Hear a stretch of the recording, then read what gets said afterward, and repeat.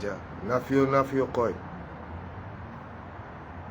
Le nouveau Sénégal face au système systémique.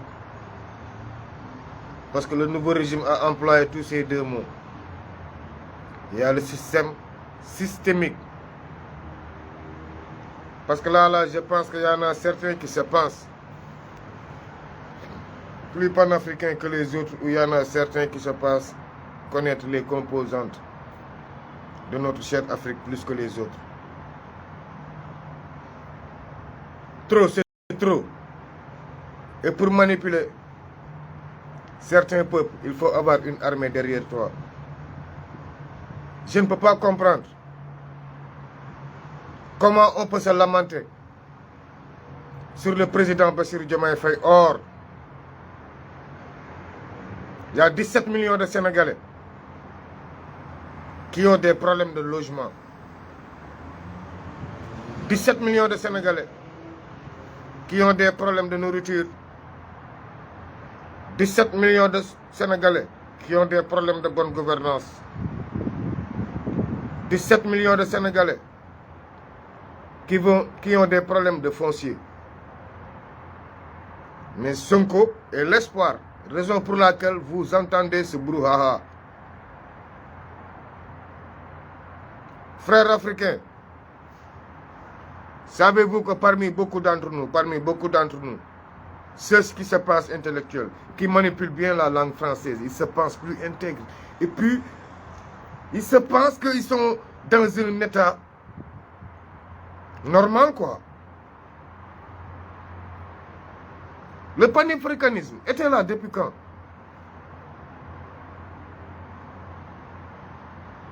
Le panafricanisme était là depuis quand?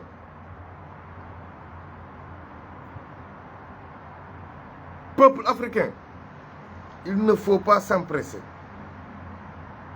Le panafricanisme islamique que vous vivez là, mais c'est qui? C'est El Hadj Omar Foutiyou Tall. Où c'est qui? C'est El Hadj Omar Foutiyou Tall. Burkina, Niger. Qui vous a ramené le panafricanisme islamique? C'est pas Baye Niass. Si, c'est Cheikh Maulana Baye Niass qui vous a ramené le panafricanisme islamique, qui vous a montré que vous pouvez être noir et être des musulmans. Et vous voulez nous prendre dans notre panafricanisme là? Le panafricanisme n'est pas constitué que de la politique. Soyons logiques. Nous sommes une minorité, on devrait essayer d'être une majorité. Comment être une majorité d'abord, vous les Africains? Et c'est la manipulation de parler des Einstein, des Victor, des Heidegger. Moi, les Heidegger, ça ne m'intéresse pas. Je vous parle de El Hadj Omar Foutiyou Tall, Thierno Souleymane Baal, qui est à l'origine des constitutions. Il faut se dire la vérité. Et cessez-moi de me parler des Blancs qui vous ont écrit pour vous parler de l'Afrique. Moi, j'ai honte de citer certaines citations des livres. J'ai honte de les citer en tant que noir africain. Cheikh Ahmadou Bamba Khadim Rassoul a dit qu'on peut être musulman en devenant noir. Comme nous les Baye Fall, nous sommes des races. Nous sommes les premiers races avancées Jamaïcains là, comme on dit Jamaïcain Rastafari. Je ne suis pas un Jamaïcain, ni un Antillais, ni un Guada. Je suis mouride. Je crois en ça parce que je suis un Africain. D'abord, avant tout. On ne croit pas à vos costards africains là pour devenir africain négatif. Moi, quand on me parle de l'africanité, quand tu viens vers moi, je dois te sentir comme mon frère africain. On y va vers le panafricanisme, comme c'est de ça que vous parlez. Le panafricanisme est très large, même sur le plan culturel. Le panafricanisme est très large. Comment? Il y a tentative de coup d'État au Burkina Faso et effectivement, le président IBK, il vous a dit qu'est-ce qu'il a fait échapper? C'est à cause des prières. Mais là où il était, c'est carrément bombardé. Il y a des officiers qui sont morts. Regardez bien les gardes-corps de IBK. Partez un mois en avant, non, en arrière. Allez regarder les gardes-corps, regardez les tailles. Vous ne faites pas allusion à ces affaires. Les gardes ont complètement changé sur les tailles. Et cette tentative de coup d'État, ça venait d'où? De la Côte d'Ivoire. Mais maintenant, pourquoi vous ne vous lamentez pas sur Alassane Ouattara, qui a tout récemment essayé d'assassiner le capitaine Ibrahima Traoré jusqu'à ce que Assimi Goïta s'est déplacé au Burkina pour montrer à Alassane Ouattara que va te faire foutre avec ta phrase de merde, et vous, Africains, vous êtes là à nous parler de... Et actuellement, si le capitaine Ibrahim Traoré était mort actuellement, on aurait dit deuxième Sankara. Vous êtes des panafricains, le Burkina, là, il y a de sérieux problèmes au Burkina. Assimi Goïta ne se déplace pas n'importe comment. Vous qui parlez de la Russie, mais est-ce qu'actuellement au Burkina, il y a des militaires russes? Négatif, c'est Assimi Goïta qui l'a dit à qui? Il n'y a pas de militaires russes sur le terrain. La Russie a besoin de ses hommes. Donc Assimi Goïta a formé ses hommes. Donc ce n'est pas la Russie qui va venir nous défendre. Non, non, non. La Russie va nous armer, mais pas nous défendre. Négatif, l'Afrique n'a plus besoin d'une défense étrangère. Ses enfants sont assez matures. Ses enfants sont assez grands pour se défendre. Et puis panafricain, j'étais sur la même longueur d'onde que vous. Là, c'est là, parce que c'est des civils qui vont le changer. Mais si c'était un coup d'État, comme on l'avait prétendu, mais ça allait être plus rapide parce que... Mais un coup d'État, mais c'est simple, mon frère. On a dissous la Constitution et puis c'est fini. Toutes les institutions sont dissoutes. Donc c'est simple de procéder par un coup d'État pour dissoudre les institutions. Mais ça, ce n'est pas un coup d'État. C'est ça le problème. C'est l'entendement que nous n'avons pas. Mais pensez-vous que si la France était d'accord avec le président Bassirou Diomaye Faye, il allait nommer le général Kandé des forces spéciales de l'armée sénégalaise comme chevalier de l'ordre du mérite? Pensez-vous que si Bassirou Diomaye Faye était flexible comme Macky Sall ou flexible comme les autres là? Non, non, non, non, les gars, il faut qu'on se respecte. Il faut argumenter les discussions. Allez parler du criminel de l'Afrique, Alassane Ouattara, qui est en train de nous manger, de nous massacrer, nous les Africains. Allez parler des grands criminels de l'Afrique. Paul Biya. Vous les panafricanistes. Vous les panafricanistes, je vous défie. Paul Kagame, c'est une référence. Une référence qui est là depuis 1994. Et puis c'est vous qui me réclamez. C'est vous qui réclamez la démocratie. Maintenant, on demande à Paul Kagame déjà de changer tout le côté là-bas. Congo, Kinshasa et partout. Il faut se dire la vérité, se regarder face à face. Vous n'êtes pas plus argumenté que nous. C'est dommage que moi, je n'entre pas dans des débats de bas étage. Je ne suis pas de ce niveau. Négatif. La guerre résout. Mais la guerre ne résume pas. La bouche détruit, la langue enterre.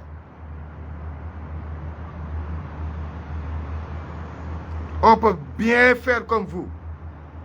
Être dans les réseaux sociaux comme vous. Mais on n'a pas ce temps. On ne peut pas développer un pays en 2 ans avec un système qui nous a conduit. Paul Biya est là depuis 40 ans. Donc on ne peut pas développer ce pays tant que le Sénégal ne va jamais se développer. Tant que Paul Biya est au pouvoir. Tant que Paul Kagame est au pouvoir. Voyez-vous? Poutine, il est là depuis quelle année? Est-ce que Poutine, c'est un démocrate? Parlons de la démocratie. Moi qui vis avec les droits de l'homme. Maintenant, venons à la démocratie. Vous les panafricains, et je suis plus panafricain que vous. Vu notre comportement ici en Europe, moi, des fois, je vous vois, vous êtes en costume, bien ciré, et puis vous voulez insulter les Blancs. Tu t'habilles comme un pingouin. Le Blanc, il est bien dans sa tenue. Parce que c'est sa tenue, c'est un pingouin. Mais toi, tu n'es pas un pingouin, et puis il y a la chaleur, tu veux te pingouiniser, et puis venir insulter ton maître pingouin. Lui, il est pingouin chez lui. Je ne suis victime de personne. Moi, je ne suis victime de personne. Je ne suis pas un homme lamentable. La France nous a volé, la France nous a volé. Certes, oui, mais ce que la France nous a volé, c'est à nous de le récupérer. Comment le récupérer? Aider nos gouvernants, leur donner la force. Il faut qu'on se respecte. Vous pensez que Dieu ne vous a pas montré la leçon? Ça ne fait pas 4 jours. Emmanuel Macron a nommé un général de l'armée comme il l'a voulu faire. Non, comme il a voulu faire là-bas, au Tchad. Ça veut dire quoi? L'armée sénégalaise prenait le pouvoir. Mais Dieu a fait que la Bolivie... Non, Allahu Wahidun. Allahu Wahidun. Dieu a fait que la Bolivie a montré l'exemple à moins de 72 heures. Le peuple sénégalais, c'est ça que je vous disais. En cas de coup d'État, le peuple sera là. Donc la France, là, vous perdez votre temps. Le peuple sénégalais, là, ne sera jamais prêt pour destituer le gouvernement de Ousmane Sonko ou de Bassirou Diomaye Faye par des armes. Ça a détrompé vous, peuple africain. Sur la politique, on a eu des ancêtres traîtres comme Blaise Diagne, comme Senghor, comme Abdou Diouf, comme Abdoulaye Wade, oui. Mais sur le plan spirituel, si vous êtes spirit aujourd'hui, c'est le Sénégal, encore une fois. C'est El Hadj Omar Foutiyou Tall. C'est Ahmadou Bamba Khadim Rassoul. C'est Cheikh Maulana Baye Ibrahima Niass qui a 47 millions de disciples. Rien que dans les pays que vous parlez là, Burkina, Niger, Nigeria, Bénin, 47 millions de disciples. Qui est Cheikh Maulana Baye Niass? Est-ce que vous le connaissez? Est-ce que c'est un arabe? Pourquoi vous croyez en lui? Mais pensez-vous que ce peuple-là, aujourd'hui, il osera trahir cette mafia africaine? Non, j'ai parlé à de hautes autorités.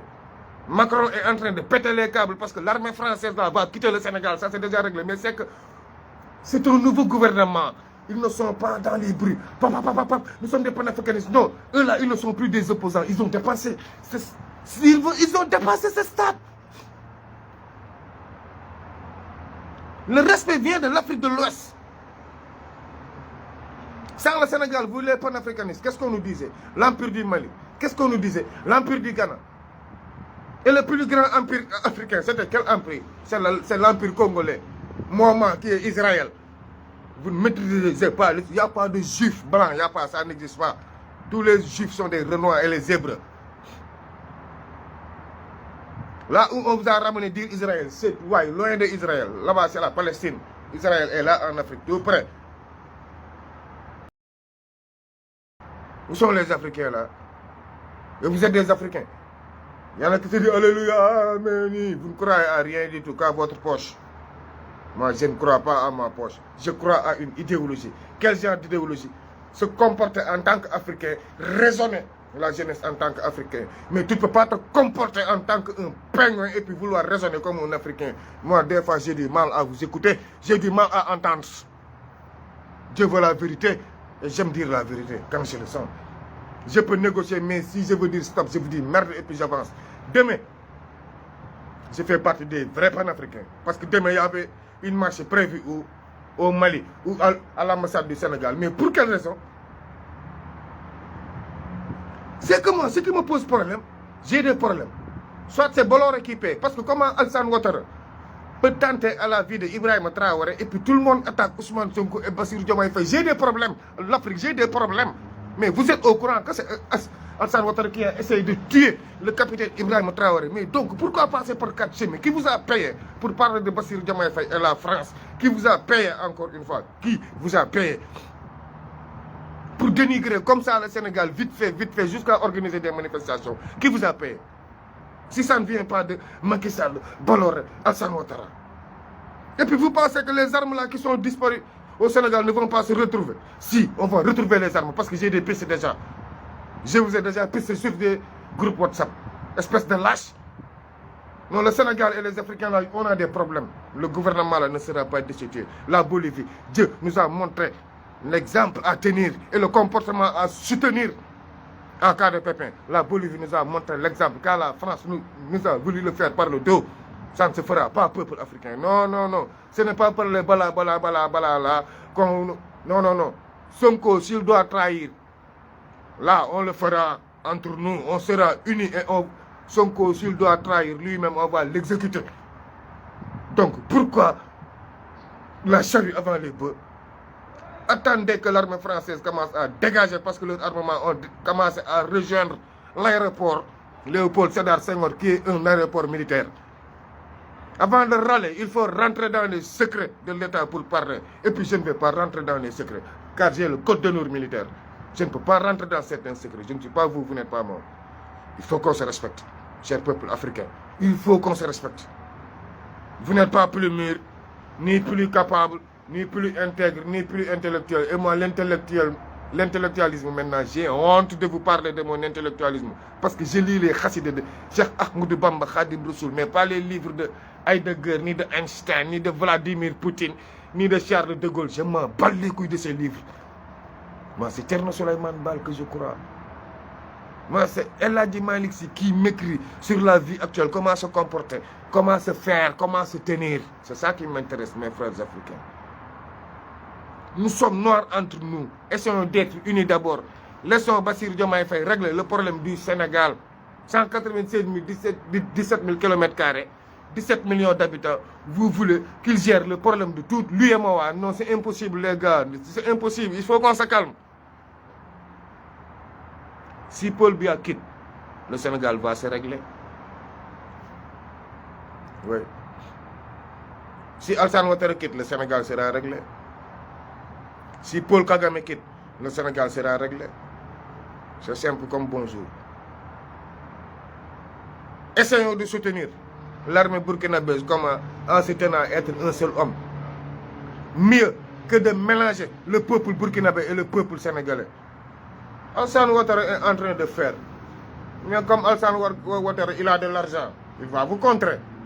Alassane Ouattara, il a son argent, il a ses fils. Si vous injectez de l'argent, lui aussi il injecte. Ses enfants vont vous contrer. Mais nous, Sénégal, comme que c'est le gouvernement, que le bon Dieu est descendu eux-mêmes les élire. Pourtant, tout le monde priait pour eux. Mais après leurs élections, ils te disent que c'est le bon Dieu qui est descendu voter. Ah, on laisse le bon Dieu venir parler, mais nous, on va parler. L'histoire est là, peuple africain. Si vous voulez, on va faire des lives. 5 sur 5, parler de notre Afrique. Rec. Sans toucher les personnes. Être sur les perspectives africaines et voir qui est qui a respecté ces perspectives. Les pays révolutionnaires, ce qu'ils vivent actuellement, j'en sais beaucoup de choses parce que je suis complètement branché au Mali. Complètement branché. Ce que manipulent les lifers guinéens là, tous les hommes de confiance de Mamadi Doumbouya, c'est des peuples. Il y a beaucoup de choses, je vais revenir sur vous, peuple africain. Vous parlez, vous râlez. Je suis en train de vous écouter. Mais quand je veux parler, je parle parce que je fréquente n'importe quelle armée. Il faut qu'on se respecte. Les jeunes là, ils s'entendent bien avec Assimi Goïta. Ce qu'il avait dit avec Assimi Goïta, ils vont le respecter. Mais avant tout, ils vont faire sortir l'armée française d'abord et leur matériel qu'ils avaient. Les matériels du G5 Sahel là. Le décret qui avait fait que l'armée française ou l'OTAN devait venir sur les frontières sénégalaises au Mali, c'était faux. C'était un décret signé par Macky Sall, oui ou non? Qui a eu raison? Où est le décret maintenant? Qui a entendu parler de ce décret? Est-ce que le décret là est venu là à l'Assemblée française? Est-ce que le décret est au Sénat? Est-ce que le décret est aux Nations Unies? Donc c'est de faux problèmes, cessez de manipuler.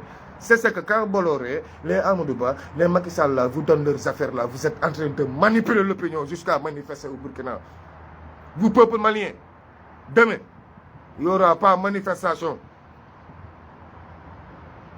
Si vous ne le savez pas, au Mali, tous les partis politiques sont dissous.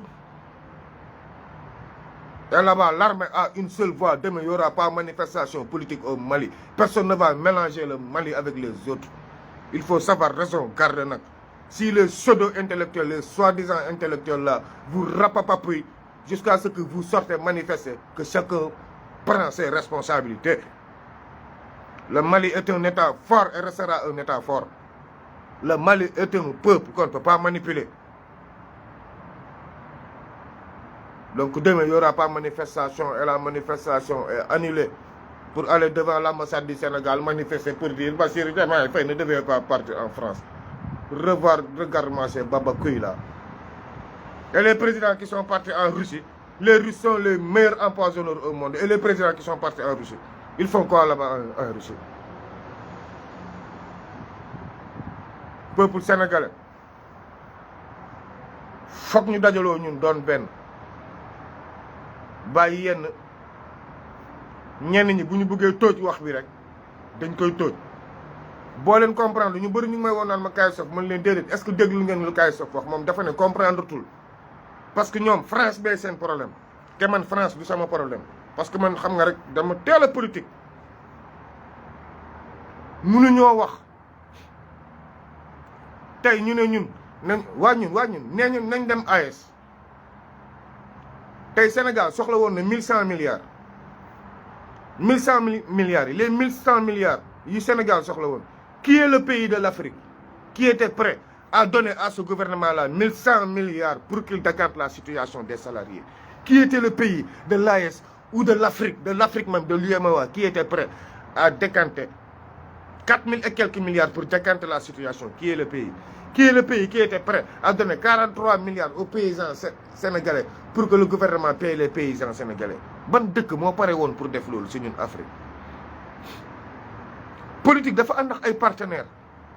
munoo yor CFA ma yor CFA may ñëw wut si wàllu si yow soxlaaw ma sa CFA faal ñoo tolloo xaalis.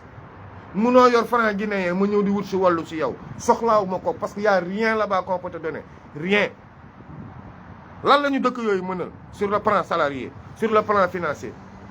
Est-ce que ces pays-là, gars, il faut qu'on se respecte. Il faut des partenaires stratégiques. Mais là, au niveau militaire, au niveau sécurité, pourquoi le Mali n'est pas venu au Sénégal?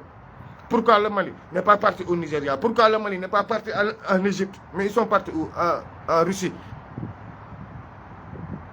Et le Niger? Pourquoi le Niger est parti jusqu'aux États-Unis?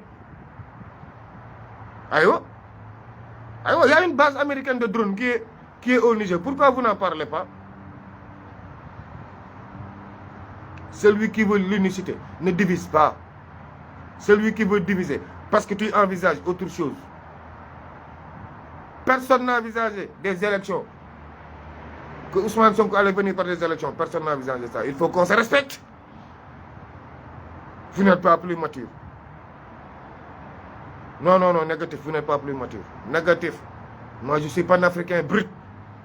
Quand je verrai quelque chose, ou si je n'étais pas dans les profondeurs de certaines décisions-là, non, j'allais prendre votre défense. Mais là, il y a trop de faux. Il y a trop de manipulation. Et il faut que ça s'arrête. Il y a trop de faux. La fausseté là, c'est pas nous, Renoir. C'est dommage que pour le peuple noir. C'est dommage toujours, nous sommes lamentables. C'est dommage pour le peuple noir. Chaque jour, c'est entre nous.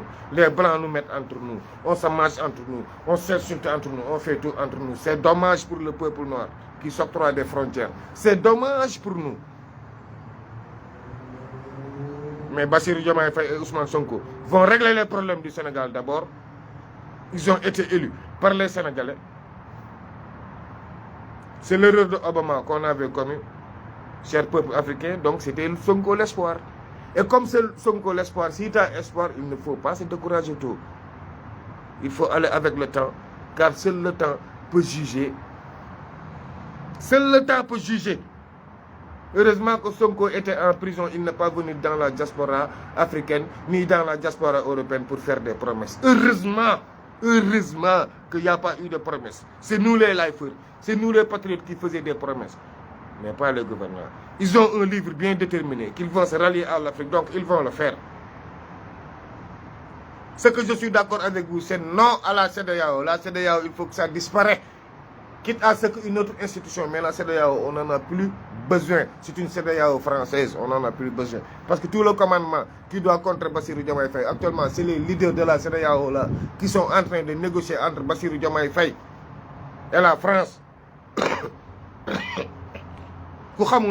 Actuellement, CEDEAO, nous avons négocié entre le gouvernement sénégalais et le gouvernement français. Pour vous dire, bon,